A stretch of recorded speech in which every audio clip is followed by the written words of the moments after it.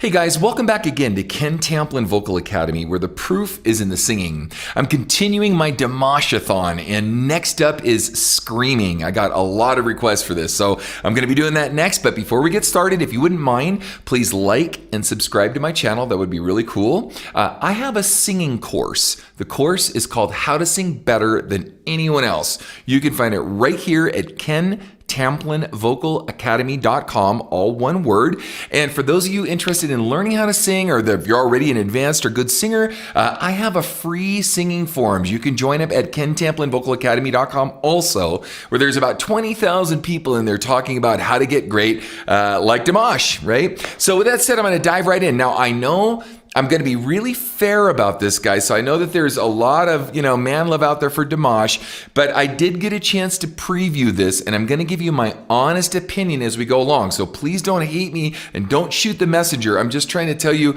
my own personal opinion on the song and Dimash, etc. So with that said, I'm going to dive right in. Here we go.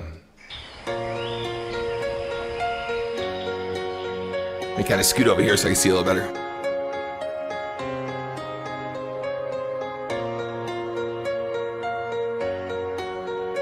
Cool visual effects. I feel it trying to turn my heart in the stone. Put up resistance to me, so I let you go. Okay, now I'm going to back this up and I'm going to make some comments along the way. And like I said, I know I'm going to take some heat from a lot of the Dimash fans, but I've got to call a spade a spade. The visual is cool. The somatic, looks on everything is really cool. I love the piano all alone. Dimash is known to be a pretty monstrous musician as well as a singer. But I'm going to point out a couple things along the way, and you may or may not like this, but he is actually using auto-tune. Ooh, did I say that? Now, he's not using auto-tune because he needs it. He's using auto-tune because so many new modern vocalists and modern artists these days use auto-tune that it has become such a standard of the way people like to hear things. Let me point this out to you. You can get as pissed off as you want. I love Dimash. I'm all in for Dimash. I'm all about Dimash, but I'm gonna point this out, okay? Let's go back from the top. Here we go.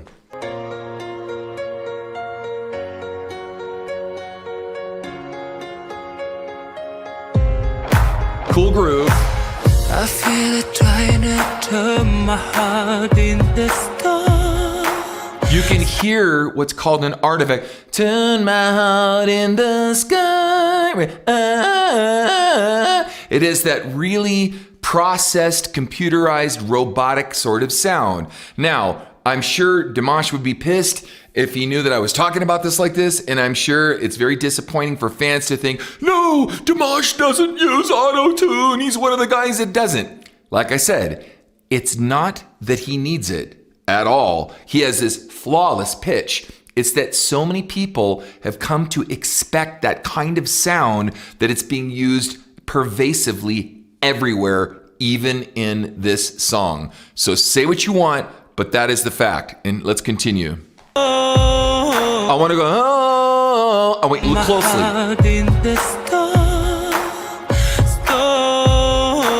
Did you hear that? Oh, right? Absolute proof that there's auto-tune on the song, okay? And by the way,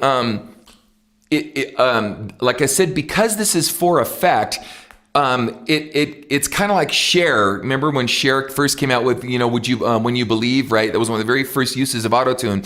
It was used as an effect back then, not used to fix vocals, and it became the thing that fixes vocals. He's using it for effect. He's not using it to fix his vocal. Let's be clear on that, okay? Let's continue. Put up resistance to me, so I let you go. Ready? It's such a soul, subside thinking, stay far from you. Raise me from the same that I'm fighting to believe you remember. And again, guys, I love Dimash. He's awesome, right? And I love the fact that he's reaching out to do more modern things, more pop things. I think he's looking for some identity in the pop world instead of just being known for more of a classically trained singer. And that's really cool. However, in my opinion, this song is just okay. It's not amazing. It's good. And I like the lyric, I'm screaming inside, I'm calling out, don't you hear me? I love the message that it's conveying. And again, that can almost be trite too, because there's a lot of songs out there like that, but this is his heart. I don't know if he wrote the song himself, if he got someone else, but I have to make some more observations along the way. And the first thing is it his best foot forward for a song for him? I don't think so. He's a monster musician. So I'm sure he collaborated with someone. It kind of reminds me of like a Eurovision song, like, all the songwriters that write for Eurovision. So it's almost like a Eurovision song, kind of like a Eurovision production overall, and Eurovision has never been kind of the show that's, wrote the number one hit kind of thing. So I give him an A+ for reaching out, an A+ for getting into a modern situation and trying to do something modern. He's a better musician than this. I suspect if he wrote within his element, he's a better songwriter. And so the song is okay. It's not amazing. And his vocals are cool. And by the way, I only previewed part of this, so I haven't, I wanted to be a little fresh on it as I'm going through this, so I'm not just, rehashing and regurgitating stuff from already watching it a couple times. So. Why can't you hear me? I'm screaming.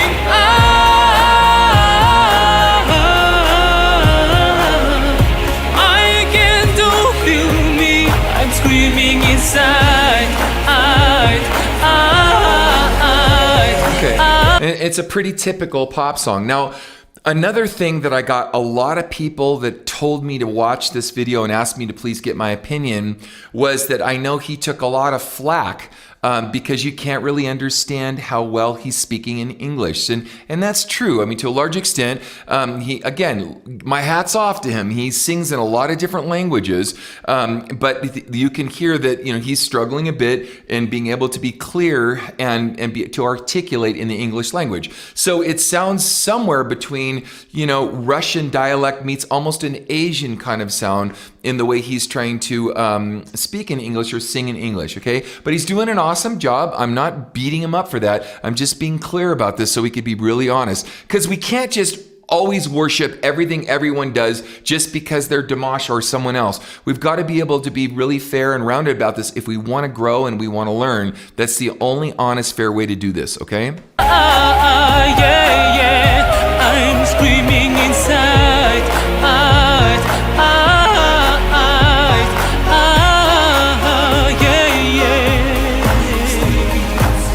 I made mistakes and hurt you in a lot of ways.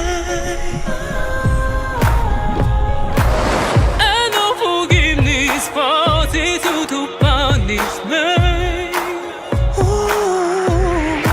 Surgical, something is your metal speech that says every part of me. But the only thing that can sing for me is love for the world to see. I'm screaming. And again, so it's very formula in the way the song, there's the verse, there's the pre-chorus and the chorus, and it repeats itself over and over again. So there's some redundancy to this too. Now, in fairness, guys, let's be fair about this on the other side too. If Rihanna were to do this song, or if, any major pop, and I say international pop artists, US pop artists are very different, and this sound is different than most, let's say, United States pop artists. So this is more international pop. If an international pop artist were to do this, let's say with some young hot chick doing it, she could probably get away with it because she would be, doing her hot chick thing, and you'd have all the dancing moves and the sexual innuendo that usually goes along with the visual along that, because a lot of people kind of hear with their eyes. They don't really put blinders over to just evaluate the song in and of itself. They go, okay, WAP, WAP is WAP a great song. WAP is a very sexual song, and WAP intrigues you because of the content of it if you're, looking for that kind of content, right? So anyway, so in fairness again, too, in an international market, it's probably a lot like what would be pretty typical on international radio for international pop songs. So it is in the top percentile of that market, but I think it's beneath Dimash. I think he's better than this, personally.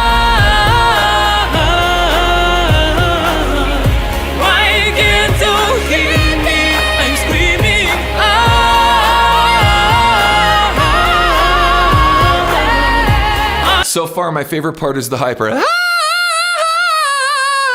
Right? Don't let us say, go away everything. No, I know there's way to face us, baby. I know it's difficult. Cool little bridge. But can we try once more and get this right this time?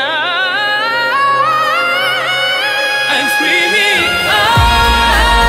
And let's face it, so now the coolest part of the song is him showing off his range, right? And if you're just coming in fresh, let's say you didn't hear the whole first part of the song and you just heard that, you'd go, wow, who is this guy, right? Because that's what we love about Dimash. We love about his dynamic range and just his control and his authority and stuff. So he's finally showing that off, which is awesome. That's cool.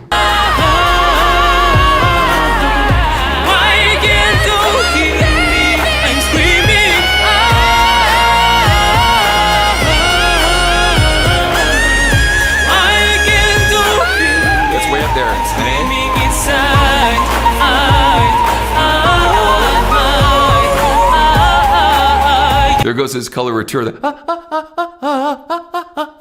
Little coloratura soprano things thrown in there. That's cool. So, and again, that's cool. He's bringing in his style. And to me, those are the kinds of things where he shines, right? Because the song itself is kind of lackluster. It doesn't shine that much until he starts doing what he does best, in my opinion. All right?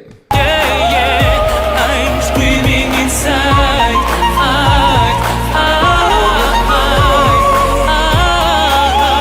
I want you guys, all you Dimash fans out there, I want you to be honest with me, okay? Be honest with yourself and be honest with me. Didn't you get more excited when he started doing the vocal calisthenic part of this rather than just Dimash worship because it's Dimash doing a pop song and reaching out doing something different? Be honest. Didn't you get more excited when he started doing the range stuff and showing off and being really flamboyant with his voice? And it really overshadows, I think, and outshines the song. The minute he starts becoming the real Dimash, then we start going, that's the guy we know and love, rather than a fairly, commonplace pop song. Okay, here we go. I'm screaming inside.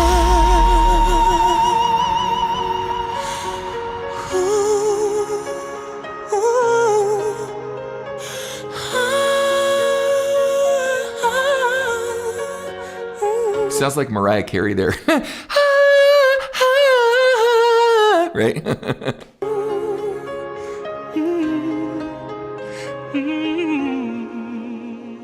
Cool. All right, now I want to back this up. I haven't read the end of this, so I'd kind of like to see who actually wrote this and, who was responsible for this. So, okay, lyrics by A.J. Runyon, composed by Mughal, I got my glasses on Mughal, music arranged by Kid Kong, music produced by Kid Kong, music mixed by Raymond Lee, music recorded by Yerlan, backing vocal by Dimash. Now, that's the first time I've even seen his name on the song. So let's be really clear about this.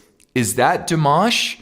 Or is that a production team that he hired because he wants to get into the pop market, so he's trusting other people with his identity? That's kind of what's going on here, folks. So let's be clear now. Let's get directed. Them videos directed by Clive Lau, filmed by this guy, filmed by that guy. All these different names, hair and makeup by this guy. So the only actual song credit that I see, please guys, put in the comment sections your thoughts on this. You know, call me out. I'm okay with that. But let's be honest with ourselves and let's just not worship Dimash just because he's Dimash. Could he do better? Absolutely. Maybe Dimash on his own, just being honest and writing something from his heart from a piano alone, acoustically, maybe like a Bruno Mars or a Sam Smith or whomever, you know, a song on his own might be kind of more interesting, you know, like When I Was Your Man kind of thing. You know, it might be more interesting to hear him, his interpretation of his own talent. So again, this happens all the time where an artist is looking to get into another market, so they turn their brain off. They hand their brain to someone else and they say, will you make me a star, or will you make me popular or successful in this market? And they trust that they're going to do that. So he does that here, and kudos again to him for reaching out and wanting to do that. Is it his best foot forward? No. Is it an amazing song? No. Does he shine towards the end when he starts to get to be Dimash? Absolutely, he's Dimash. So hopefully that's helpful, guys. And again, I want to hear from you. So please give me your opinion, your thoughts and comments. Say whatever you want. Take whatever shots you want at me. That's okay. But I'm really trying to be honest and clear with you guys in every video that I do, so that we can grow together. Because if we're not critical of ourselves and analytical of ourselves, how can we ever grow and get to where we want to be as singers? So with that said, check out my next video.